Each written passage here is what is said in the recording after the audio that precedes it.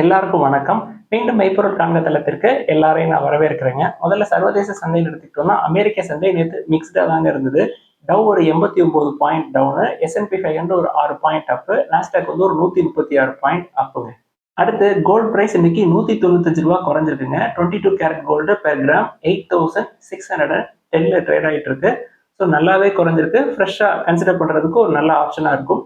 Friend crude எடுத்துக்கிட்டாலும் கொஞ்சம் விலை குறைஞ்சிருக்குங்க. $65 கீழே இருக்கு. 64.66 US டாலரா இருக்குங்க. ஒரு பேரல் 159 லிட்டர். அமெரிக்க டாலருக்கு நிகரான இந்திய ரூபாயோட மதிப்பு தொடர்ந்து சரியுதுங்க. மூன்றாவது நாளா 85.62 இந்திய ரூபாயா இருக்கு. டாலர் வந்து ஸ்ட்ரென்தன் ஆகிட்டே இருக்கு. என்ன காரணம் அப்படின்னா, இந்த trade tension and tariff uncertainties கொஞ்சம் கொஞ்சமா விலகுது. இது வந்து டாலரை ஸ்ட்ரென்தன் பண்ணுது. அடுத்து இந்திய சந்தைன்னு எடுத்துக்கிட்டோம்னா, எஃப்ஐஐஸ் டிஐஎஸ் ரெண்டு பேருமே நேற்று நெட் பையர்ஸாக தான் இருந்திருக்காங்க. எஃப்ஐஐஸ் கேஷ் செக்மெண்ட்ல ஒரு 931 crores ஒர்த் ஆஃப் ஷேர்ஸ் வாங்கியிருக்காங்க. நெட் பையர்ஸாக இருந்திருக்காங்க. எஃப்ஐஐஸை பொறுத்த வரைக்கும் முடிஞ்ச 19 ட்ரேடிங் செஷன்ல 17 ட்ரேடிங் செஷன் நெட் பையர்ஸாக இருந்திருக்காங்க. 46,000 கோடிக்கு பக்கமா ஸ்டாக்ஸ் வந்து வாங்கியிருக்காங்க இந்தியன் மார்க்கெட்ல. பட் மண்டே அன்னைக்கு இந்த யூஎஸ் சைனா இந்த ட்ரேட் டென்ஷனுக்கு ஒரு முடிவு கட்டினாங்க இல்லையா, அடுத்த 90 நாட்களுக்கு டாரிஃப் எல்லாம் குறைஞ்சாங்க. பேச்சுவார்த்தைகள் வந்து சுமூகமா முடிஞ்சது இல்லையா. அதற்கு பிறகு இந்திய சந்தையில எஃப்ஐயோட இன்ஃப்ளோ அப்படின்றது டிராஸ்டிக்கா குறைஞ்சிருச்சுங்க. குறிப்பா டியூஸ்டே அன்னைக்கு எஃப்என்ஓ செக்மெண்ட்ல மட்டும் ஒரு 6,600 crores ஒர்த் ஆஃப் ஷேர்ஸ் வந்து வித்திருக்காங்க. நம்ம இந்தியன் மார்க்கெட்டோட வேல்யூவேஷன்ஸ் எடுத்துக்கிட்டோம்னா பிரைஸ் டு ஏர்னிங்ஸ் நிஃப்டி 50க்கு ஒரு 22 to 23 இருக்குங்க. பட் சைனீஸ் இண்டெக்ஸ் எடுத்துக்கிட்டோம், சிஎஸ்ஐ 300 இண்டெக்ஸ் எடுத்துக்கிட்டோம் அப்படின்னா ஒரு 13 to 14 இந்த ரேஞ்சுக்குள்ள தான் இருக்கு. ஸோ இந்தியன் மார்க்கெட்டை கம்பேர் பண்றப்ப சைனீஸ் மார்க்கெட் ரொம்ப சீப்பா இருக்கிற மாதிரி தெரியுதுங்க வேல்யூவேஷன் வைஸ். அதே மாதிரி ஜாப்பனீஸ் இண்டெக்ஸ் எடுத்துக்கிட்டீங்கன்னாலும் இந்த பிரைஸ் டு ஏர்னிங்ஸ் அப்படின்றது ஒரு 14 டைம்ஸ் தான் ஏர்னிங்ஸ் இருக்கு. ஸோ ஜப்பான், சைனா, இந்தியா இது 3 எடுத்துக்கிட்டீங்க அப்படின்னா ஜப்பான், சைனா ரெண்டுமே வந்து ரிலேட்டிவ்லி சீப்பா இருக்குங்க இந்தியன் மார்க்கெட்டை விட. இந்த டாரிஃப் அன்சர்டனிட்டிஸ் குறையிறப்ப இந்தியாவில இருந்து ஜப்பானுக்கும் சைனாக்கும் நிறைய இன்வெஸ்ட்மெண்ட்ஸ் போக வாய்ப்பு இருக்குங்க. திருப்பி யூஎஸ்கே போறதுக்கு வாய்ப்பு இருக்கா இன்வெஸ்ட்மெண்ட்ஸ் அப்படின்னு கேட்டா அதுக்கும் வாய்ப்புகள் இருக்குங்க. யூஎஸ் ட்ரெஷரி ஈல்டு இப்பயுமே அட்ராக்டிவா இருக்குங்க. 10 இயர்ஸ் ஈல்டு வந்து 4.47% இருக்கு. பட் யூஎஸ் ஈக்விட்டிஸ் எடுத்துக்கிட்டீங்கன்னா எல்லாமே வந்து இந்தியன் மார்க்கெட்டை விட கொஞ்சம் வேல்யூவேஷன் அதிகமாக தான் இருக்கு. இப்போ S&P 500 எடுத்துக்கிட்டீங்க அப்படின்னா 27 to 28 டைம்ஸ் ஏர்னிங்ஸ்ல இருக்கும். டவ் எடுத்துக்கிட்டோம்னா ஒரு 24 டைம்ஸ் ஏர்னிங்ஸ்ல இருக்கும். தென் நாஸ்டாக் வந்து ஒரு 25 26 டைம்ஸ் ஏர்னிங்ஸ்ல இருக்குங்க. இது வந்து இந்தியன் மார்க்கெட்டோட எக்ஸ்பென்சிவ் தான். ஸோ இந்தியன் மார்க்கெட்ல இன்வெஸ்ட் பண்ண எஃப்ஐஐஸ் சைனீஸ் சைடோ இல்ல ஜாப்பனீஸ் மார்க்கெட் சைடோ திரும்புறதுக்கு வாய்ப்புகள் நிறைய இருக்கு. அடுத்து இன்னைக்கு அப்டேட்குள்ள போயிடலாங்க. ஃபர்ஸ்ட் அப்டேட், HCL, ஃபாக்ஸ்கான் ரெண்டு பேருமே ஜாயிண்ட் வெஞ்சர்ல இந்தியாவில் ஒரு செமிகண்டக்டர் பிளான் செட்டப் பண்றதுக்கு கேபினெட் வந்து அப்ரூவ் பண்ணியிருக்காங்க. இந்த ஜாயிண்ட் வெஞ்சரோட டீல் எவ்வளவு அப்படின்னா 3076 crores. ஸோ இதுல இருந்து எவ்வளவு சிப்ஸ் வெளில வரும் அப்படின்னா 20,000 வேஃபர்ஸ் பெர் மந்த் வருங்க. இது சக்சஸ்ஃபுல்லா செட்டப் பண்ணதுக்கு அப்புறம் தென் டிஸ்பிளே சிப்ஸையும் ரெடி பண்றாங்க. டிஸ்பிளே சிப்ஸ்ன்னு பார்த்துட்டோம்னா ஒரு 36 மில்லியன் டிஸ்பிளே சிப்ஸ் வருங்க ஒரு மாசத்துக்கு. இதற்கு முன்னாடி வேதந்தாவும் ஃபாக்ஸ்கானும் 2022ல ஒரு ஜாயிண்ட் வெஞ்சர்ல செமிகண்டக்டர் பிளான் போடலாம் அப்படின்னு சொல்லி பேச்சுவார்த்தையில நடந்ததுங்க. அந்த பேச்சுவார்த்தை ஃபெயிலியர் ஆயிடுச்சு. இப்போ HCLோட சக்சஸ்ஃபுல்லா ஃபாக்ஸ்கான் பார்ட்னர்ஷிப் போட்டு சிப் ரெடி பண்ண ஆரம்பிச்சிருவாங்க. இவங்க செட்டப் பண்ண போற இந்த பிளான்ட் அப்படின்றது 6th செமிகண்டக்டர் பிளான்ட்டா இருக்குங்க. ஏற்கனவே 5 செமிகண்டக்டர் பிளான்ஸ் வந்து அண்டர் கன்ஸ்ட்ரக்ஷன்ல இருக்கு. அடுத்து டாடா மோட்டார்ஸ்ல 2 அப்டேட்டுங்க. ஃபர்ஸ்ட் அப்டேட் என்னன்னா, இந்த ஃபினான்ஷியல் இயர் 26ல இவி சேல்ஸ் வந்து ரீபவுண்ட் ஆகும் அப்படின்னு சொல்லி கம்பெனியோட சீஃப் சொல்லியிருக்கிறாரு. ஃபினான்ஷியல் இயர் 25 எடுத்துக்கிட்டோம் அப்படின்னா இவி சேல்ஸ் மட்டுமே ஃபினான்ஷியல் இயர் 24 கம்பேர் பண்றப்ப 10% குறைஞ்சிருந்ததுங்க. ஸோ ஃபினான்ஷியல் 26ல நியூ வேரியன்ட்ஸ் இவி வந்து வரும் அப்படின்னு சொல்லியிருக்காங்க. குறிப்பா சேரா இவி, ஹேரியர் இவி அதெல்லாம் வந்து இவி சேல்ஸை பூஸ்டப் பண்ணும் அப்படின்னு சொல்லியிருக்காங்க. இது ஃபர்ஸ்ட் அப்டேட்.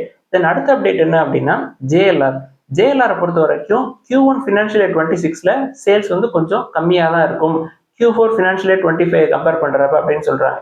என்ன காரணம் அப்படின்னா டாரிஃப் அன்சர்டனிட்டிஸ் தாங்க. இந்த ஏப்ரல், மே, ஜூன் குவார்டர்ல டாரிஃப் இருக்கும் அப்படின்னு சொல்லிட்டு நிறைய யூனிட்ஸ் வெளில அனுப்பிச்சிருப்பாங்க Q4 ஃபினான்ஷியல் இயர் 25ல. அதனால Q1 financial year 26 Q4 financial year 25 மாதிரி ஸ்ட்ராங்கா இருக்காது அப்படின்னு சொல்லியிருக்காங்க. அடுத்து டாடா எலக்ஸில ஒரு அப்டேட்ங்க.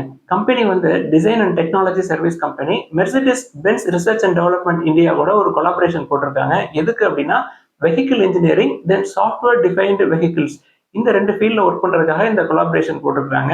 அடுத்து ஐடிசி ஹோட்டல்ஸ்ல ஒரு அப்டேட்ங்க. கம்பெனி அவங்களோட பிரீமியம் பிராண்ட் மெமெண்டோஸ் அப்படின்ற பிராண்டு கீழே ஒரு ப்ராப்பர்ட்டி எடுத்திருக்காங்க சிலிகுரி, வெஸ்ட் பெங்கால்ல.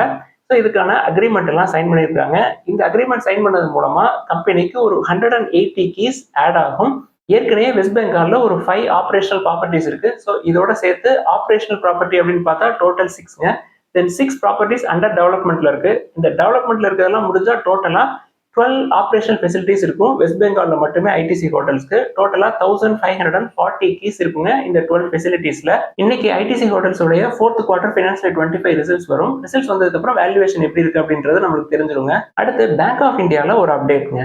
பேங்க் ஆஃப் இந்தியாவில் எல்ஐசி ஏற்கனவே ஒரு 6.35% ஸ்டேக் வச்சிருந்தாங்க. இந்த 6.35% ஸ்டேக்கை இப்போ 8.38% ஸ்டேக்கை இன்க்ரீஸ் பண்ணியிருக்காங்க. இது பேங்க் ஆஃப் இந்தியாவுக்கு ஒரு நல்ல செய்தி. அடுத்து நிறுவனங்களுடைய ரிசல்ட்ஸ் நிறைய வந்திருக்குங்க, அதெல்லாம் பார்ப்போம். ஃபர்ஸ்ட் டாடா பவருடைய Q4 ஃபினான்ஷியல் 25 ரிசல்ட்ஸ் வந்திருக்குங்க. நெட் ப்ராஃபிட் கன்சாலிடேட்டட் பேசிஸ்ல 16.5% ஏறி இருக்கு இயர் ஆன் இயர். ரெவன்யூ வந்து 8% ஏறி இருக்குங்க.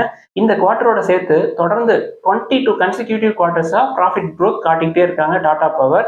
ஃபைனல் டிவிடெண்ட் 2.25 rupees ஒரு ஷேருக்கு கொடுக்குறாங்க. அடுத்து முத்தூட் ஃபினான்ஸ் உடைய Q4 ஃபினான்ஷியல் 25 ரிசல்ட்ஸ் வந்திருக்குங்க. சூப்பரான ரிசல்ட். ப்ராஃபிட் கன்சாலிடேட்டட் பேசிஸ்ல எடுத்துக்கிட்டோம் அப்படின்னா 30% இயர் ஆன் இயர் இருக்குங்க. ரெவன்யூ 35% ஏறி இருக்கு இயர் ஆன் இயர். சீக்வன்சியல் பேசிஸ்ல எடுத்துக்கிட்டோம்னாலும் 6.3% ஏறி இருக்குங்க quarter on quarter. Net profit வந்து ரெவன்யூ 8.3% ஏறி இருக்கு. முத்தூட் ஃபினான்ஸோட டோட்டல் அசெட் அண்டர் மேனேஜ்மெண்ட் எவ்வளவு இருக்கு அப்படின்னா 1,22,181 crores இருக்குங்க. இது 37% year on year growth. Muthoot Finance எடுத்துக்கிட்டோம்னா இவங்களோட கோர் பிசினஸ் வந்து கோல்ட் லோன் பிசினஸ் தானே. ஸோ கோல்ட் லோன் போர்ட்ஃபோலியோ எவ்வளவு இருக்கு அப்படின்னா 1,02,956 crores இருக்குங்க. கோல்ட் லோன் போர்ட்ஃபோலியோ 41% ஏறி இருக்கு இயர் ஆன் இயர். ஃபினான்ஷியல் 25 எடுத்துக்கிட்டோம்னா கம்பெனி வந்து 850 நியூ பிரான்ச்சஸ் ஓபன் பண்ணியிருக்காங்க. Total number of branches as of March 31, 2025 எடுத்துக்கிட்டோம்னா 7,391 பிரான்ச்சஸ் இருக்குங்க. குறிப்பா ரூரல் ஏரியாஸ்ல இவங்களோட பிரசன்ஸ் அப்படின்றது ரொம்ப ஸ்ட்ராங்கா இருக்குங்க. அடுத்து கர்நாடகா பேங்கோட Q4 ஃபினான்ஷியல் 25 ரிசல்ட்ஸ் எடுத்துக்கிட்டோம்னா நெட் ப்ராஃபிட் ரொம்ப சுமாரா தாங்க இருக்கு. 8% குறைஞ்சிருக்குங்க year on year Q4 financial 24 compare பண்றப்ப. Q3ல இவங்களோட ப்ராஃபிட் வந்து 14% கீழே விழுந்திருந்தது. அதே மாதிரி நெட் இன்ட்ரெஸ்ட் இன்கமும் 6.4% கீழே விழுந்திருக்குங்க. For the full year financial 25 எடுத்துக்கிட்டோம்னா நெட் ப்ராஃபிட் 2.6% கீழே விழுந்திருக்கு. ஷேர் பிரைஸ் இன்னைக்கு நான் பாக்குறப்ப 207ல இருந்து 200 குறைஞ்சிருந்தது. இன்னும் கீழே வர்றதுக்கு தான் வாய்ப்புகள் இருக்கும்.